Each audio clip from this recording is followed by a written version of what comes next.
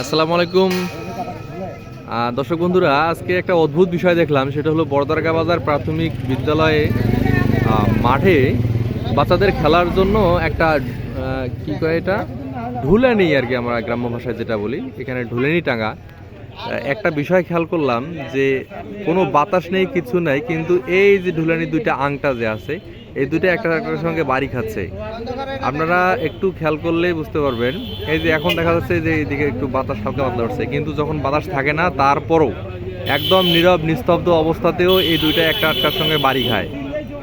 এই বিষয়টা অদ্ভুত লাগলো, বিধায় আমি ভিডিও করতে ধরলাম। যদিও বা এখন করতেছে না, এই যে শুরু হয়ে গেছে। এই যে দেখেন, এই সামান্য বাতাসে বা ইয়েতে এটা কি এরকম একটা লোহা এইভাবে মার খাওয়া সম্ভব?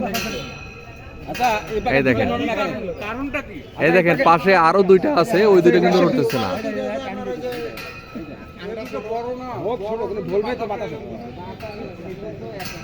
এই দেখেন, এখন কিন্তু বাতাসও নাই, এখন কিন্তু কোনো বাতাসও নাই, তারপরে দেখেন এর গতিবিধি দেখছেন, দেখছেন কি হালচাল ভূত মানে। দেখেন, এটা দেখার জন্য কত দর্শক এখানে পালা হয়ে গেছে। এমনকি এই যে শুটকিওয়ালা চাচা, উনি এই যে চশমা দিয়ে দেখলো, তারপরেও কোনো কিছু ধরতে পারে নাই, কোনো লোক বা কোনো ব্যক্তি বা কোনো ছেলে পেলে এখানে এটা এরকম করতেছে কিনা।